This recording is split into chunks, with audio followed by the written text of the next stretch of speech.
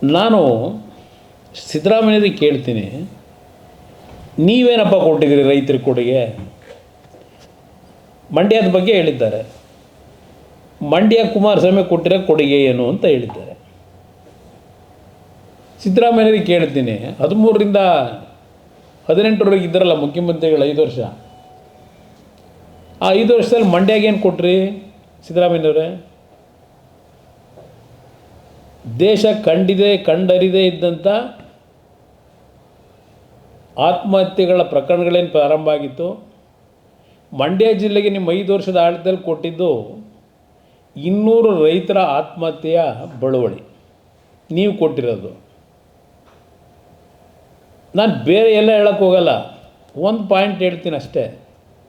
ಸಂಪೂರ್ಣ ಬಹುಮತದ ಸರ್ಕಾರವೂ ಅಲ್ಲ ನಂದು, ನಿಮ್ಮ ಸಹಕಾರವೂ ಇಲ್ಲ ನನಗೆ. ಮಂಡ್ಯ ಜಿಲ್ಲೆ ಒಂದಕ್ಕೆ 900 ಕೋಟಿ ರೈತರು ಸಾಲ ಮನ್ನಾ ಮಾಡಿದ್ದೀನಲ್ಲ, ಅದಕ್ಕಿಂತಲೂ ರೈತರಿಗೆ ಇನ್ನೇನು ಉಡುಗೊರೆ ಕೊಡಬೇಕು ನಾನು? ದೆನ್ ಮೇಘದಾಡು ಬಗ್ಗೆ ಹೇಳ್ತಾರೆ. ಪಾಪ ಮೊನ್ನೆ ಅದೆಂಥದ್ದು ಅವ್ರದ್ದೇ ಫೋಟೋ ಹಾಕಿ ಬರೆದವ್ರೆ, ನೋಡಿದೆ ಬರೆದವ್ರಲ್ಲ, ನೀರಿನ ಹೆಜ್ಜೆ. ನಾನು ಅದು ಏನಪ್ಪ ಪಾಪ ಎಲ್ಲರ ಮನೆಗೂ ಕಳಿಸೋರು ಅವರೇ. ನೀರಿನ ಹೆಜ್ಜೆ ಏನಿದೆ ಅದರಲ್ಲಿ, ಆ ಬುಕ್ಕಲ್ಲಿ? ಕಾವೇರಿ ಬಗ್ಗೆ ಕೃಷ್ಣ ಬಗ್ಗೆನೂ ಬರೆದವ್ರೆ. ಪಾಪ ಹೇಳ್ತಾರೆ, 2 ಬಾರಿ ನಾನು ನೀರಾವರಿ ಸಚಿವನಾಗಕ್ಕೆ ಕಾರಣ, ನಾನು ಹುಟ್ಟಿದ್ದಕ್ಕೆ ಏನಾದರೂ ಮಾಡಿ ರಾಜ್ಯದ ನೀರಾವರಿ ಸಮಸ್ಯೆಗಳನ್ನ ಬಗೆಹರಿಸಬೇಕು ಅಂತ ಹೇಳಿ, ಒಂದು ಕ್ರಾಂತಿ ಮಾಡಬೇಕು ಅಂತೇಳಿ ನೀರಾವರಿ ಮಂತ್ರಿ ಆದೆ ಅಂತ ಅದ್ರಲ್ಲಿ ಬುಕ್ಕಲ್ಲಿ ಹೇಳ್ಕೊತಾರೆ.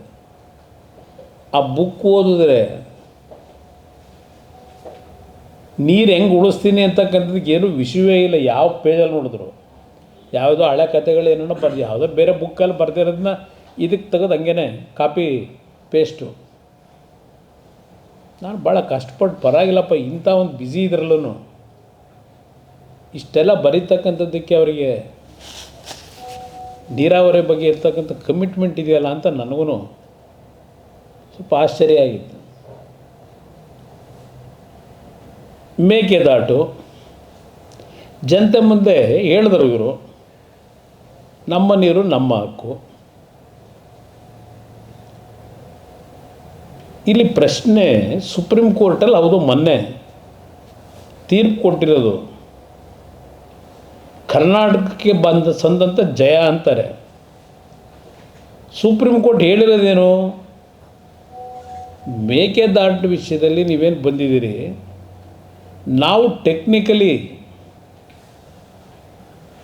ಇದ್ರ ಬಗ್ಗೆ ತೀರ್ಮಾನ ತಗೊಳ್ತಕ್ಕಂಥದ್ದಕ್ಕೆ we are not actually technical persons, ನೀವು CWS ಮುಂದೆ ಹೋಗಿ ಅಂತಕ್ಕಂಥದ್ದನ್ನು ಹೇಳಿದ್ದಾರೆ.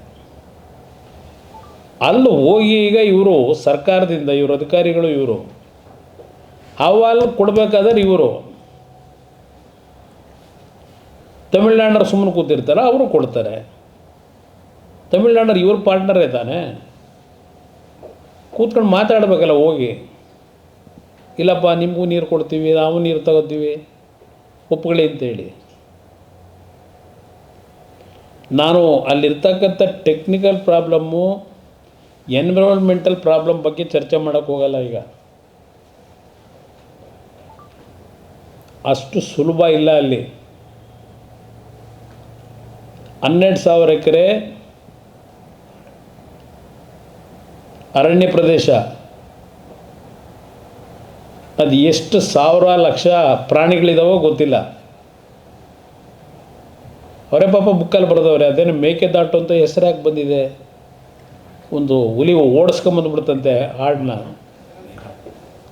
ಆ ಹುಲಿ ಓಡಿಸ್ಕೊಂಬಂದಾಗ ಆ ಹಾಡು ದಾಟ್ಬಿಡ್ತಂತೆ ಹೇಗ್ರಿ ಆ ಕಡೆಗೆ. ಪಾಪ ಹುಲಿ ದಾಟಕ್ಕಾಗಲಿಲ್ವಂತ ಆ ಕಡೆಗೆ, ಅದಕ್ಕೆ ಮೇಕೆದಾಟು ಅಂತ ಹೆಸರು ಬಂದಿದೆ ಅಂತ ಬರೆದವ್ರೆ. ಇಲ್ಲಿ ನಾನೇನು ಮಾಡೋಕ್ಕಾಗತ್ತೆ? ಮೇಕೆದಾಟು ಯೋಜನೆಗೆ ಕೇಂದ್ರ ಸರ್ಕಾರ ಅನುಮತಿ ನೀಡದೆ ಮಂಡ್ಯ ಜನರಿಗೆ ಅನ್ಯಾಯ ಮಾಡ್ತಿದೆಯಂತೆ, ಧ್ವನಿ ಎತ್ತಿಲ್ಲ ಇದ್ರ ಬಗ್ಗೆ ಅಂತ. ಕೇಂದ್ರ ಸರ್ಕಾರದ ಅಧೀನದಲ್ಲಿ ಕಾವೇರಿ ನೀರು ನಿರ್ವಹಣಾ ಪ್ರಾಧಿಕಾರ ಇದೇ ರಾಜ್ಯದ ಪ್ರಮುಖ ಯೋಜನೆಗೆ ಅನುಮತಿ ಕೊಟ್ಟಿಲ್ಲ ಇವರು ಅಂತ ಹೇಳ್ತಾರೆ. ಕೇಂದ್ರ ಸರ್ಕಾರದ ಅಡಿಯಲ್ಲಿ ಇರ್ತಕ್ಕಂಥ ಈ ಪ್ರಾಧಿಕಾರಗಳು ಬರೀ ಕೇಂದ್ರ ಸರ್ಕಾರದ ಪವರ್ ಇಲ್ಲ, ಅಲ್ಲಿ ಪ್ರಜಾಪ್ರಭುತ್ವದ ಈ ಒಂದು ಒಕ್ಕೂಟದ ವ್ಯವಸ್ಥೆಯಲ್ಲಿ ಎಲ್ಲ ರಾಜ್ಯಕ್ಕೂ ಸಮಪಾಲ ಕೊಟ್ಕೊಂಡಿದ್ದಾರೆ. ಇವ್ರು ಹೇಳ್ತಾರಲ್ಲ ಮಹದೇವಪ್ಪನವ್ರ ಸಂವಿಧಾನ, ಅದರ ಪ್ರಕಾರ ಎಲ್ಲ ರಾಜ್ಯಕ್ಕೂ ಈಕ್ವಲ್ ರೈಟ್ಸ್ ಕೊಟ್ಬಿಟ್ಟವ್ರೆ. ಅವರು ವಾದ ಮಾಡ್ತಾರಲ್ಲಿ. ನಾವಿಲ್ಲಿ ಹೇಳಿದ ತಕ್ಷಣ ಕೇಂದ್ರ ಸರ್ಕಾರದ ಮುಂದೆ ಬಂದು ಇಷ್ಟು ಸಣ್ಣ ಕನಿಷ್ಠ ಇದು ಇಲ್ವಾ ಇವರಿಗೆ ಜ್ಞಾನ? ಎಷ್ಟು ವರ್ಷದಿಂದ ನಡೀತಾ ಇದೆ ಇದು ನೀರಿನ ಹಂಚಿಕೆ ವಿಷಯದಲ್ಲಿ? ಕಾಂಗ್ರೆಸ್ ಸರ್ಕಾರಗಳಿದ್ದಾಗ ಏನೇನು ಮಾಡಿದ್ರು? 50 ವರ್ಷ ಕೇಂದ್ರದಲ್ಲೂ ಕಾಂಗ್ರೆಸ್ ಸರ್ಕಾರವೇ, ಕರ್ನಾಟಕದಲ್ಲೂ ಕಾಂಗ್ರೆಸ್ ಸರ್ಕಾರವೇ. ನಿಮ್ಮ ಪಕ್ಷ ಎರಡೂ ಕಡೆ ಇದ್ದಾಗ ಕೊಟ್ಟಿದ್ದೇನು ನೀವು ಕರ್ನಾಟಕಕ್ಕೆ? ಪಾಪ KL ರಾವ್ ಬಗ್ಗೆ ತುಂಬ ಬರೆದವ್ರೆ ಆ ಬುಕ್ಕಲ್ಲಿ.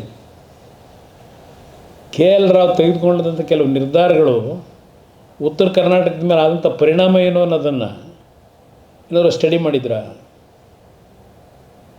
ಕೇಂದ್ರದ ನೀರಾವರಿ ಮಂತ್ರಿಗಳಾಗಿ ಅವೆಲ್ಲ ಹಳೆ ಕಥೆ ನನಗೆ ಮಾತಾಡೋಕ್ಕೆ ಹೋಗಲ್ಲ ಸರ್. ಆಮೇಲಿಂದ ಅದು ಎಂತೂ ಇಂಥ ಬಗ್ಗೆ ನಿಧಾನಕ್ಕೆ ಮಾತಾಡೋಣ. ಈಗ ಭಾಳ ಇದು ಜಾಸ್ತಿ ಆಗ್ಬಿಡ್ತದೆ, ಭಾಳ ವಿಷಯಗಳಿದೆ. ಅದರಿಂದ ಇಲ್ಲಿ ಭಗವದ್ಗೀತೆ ವಿಷಯದಲ್ಲಿ ನಮ್ಮ ಒಂದು ಸಂಸ್ಕೃತಿಯನ್ನು ಉಳಿಸ್ಲಿಕ್ಕೆ ನಮ್ಮ ಮಕ್ಕಳು ದಾರಿ ತಪ್ಪದೆ ಒಳ್ಳೆ ದಾರಿಯಲ್ಲಿ ಹೋಗ್ತಕ್ಕಂಥ ಒಂದು ಮನಸ್ಸಿನ ಮೇಲೆ ಆ ಮಕ್ಕಳ ಮೇಲೆ ಪ್ರಭಾವ ಆಗಬೇಕು. ಬೀದಿಲಿ ಚಾಕು ಹಿಡ್ಕೊಂಡು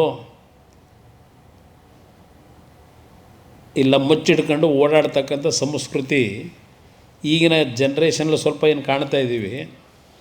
ಅದೆಲ್ಲ ಇವತ್ತು ಸ್ವಲ್ಪ ನಿಲ್ಲಬೇಕು ಅಂದರೆ ಈ ಒಂದು ಭಗವದ್ಗೀತೆಯಲ್ಲಿ ಅವತ್ತು ಕೃಷ್ಣ ಪರಮಾತ್ಮ ಏನು ಹೇಳಿದ್ದಾರೆ ಅದನ್ನು ಪ್ರತಿ ಕುಟುಂಬದ ಮಕ್ಕಳಿಗೆ ಸ್ವಲ್ಪ ತಿಳುವಳಿಕೆ ಮೂಡಿಸಿದ್ರೆ. ಮುಖ್ಯಮಂತ್ರಿಗಳು ಹೇಳಿದ್ದಾರೆ, ಕುಮಾರಸ್ವಾಮಿ ನಮ್ಮ ಸರ್ಕಾರದ ಬಗ್ಗೆ ಮಾತಾಡೋಕ್ಕೆ ಯಾವ ನೈತಿಕತೆ ಇದೆ ಅಂತೇಳಿ. ಆ ನೈತಿಕತೆಯ ಪದ ಸಮಾಜದಲ್ಲಿ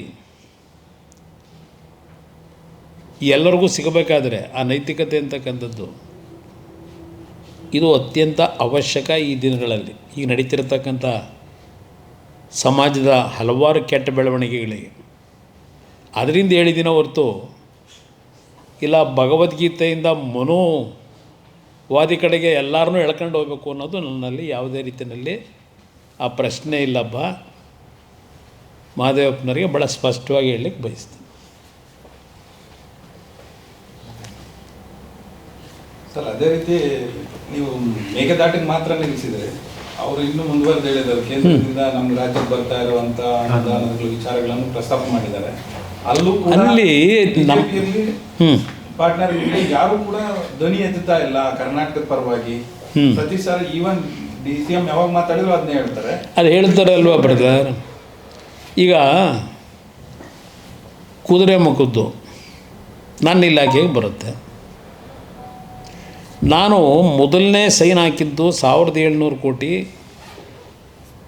ಆರ್ಥಿಕ ಶಕ್ತಿಯನ್ನು ಆ ಇಲಾಖೆಗೆ ತುಂಬತಕ್ಕಂಥದ್ದಕ್ಕೆ ತೀರ್ಮಾನ ತಗೊಂಡ ತಕ್ಷಣಲೇ ಕುದುರೆಮುಖ ಸಂಸ್ಥೆನ ಬುಲ್ಡೋಸ್ ಮಾಡಬೇಕು ಅಂತ ಹೊರಟ್ರಲ್ಲ.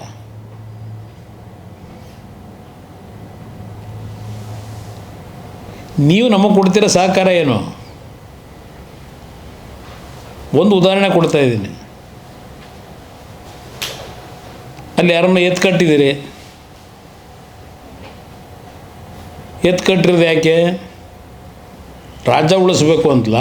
ಅಲ್ಲಿ ಯಾರೋ ಒಬ್ಬರು ಜನಪ್ರತಿನಿಧಿ, ಅವರಿಗೆ ಅಲ್ಲಿ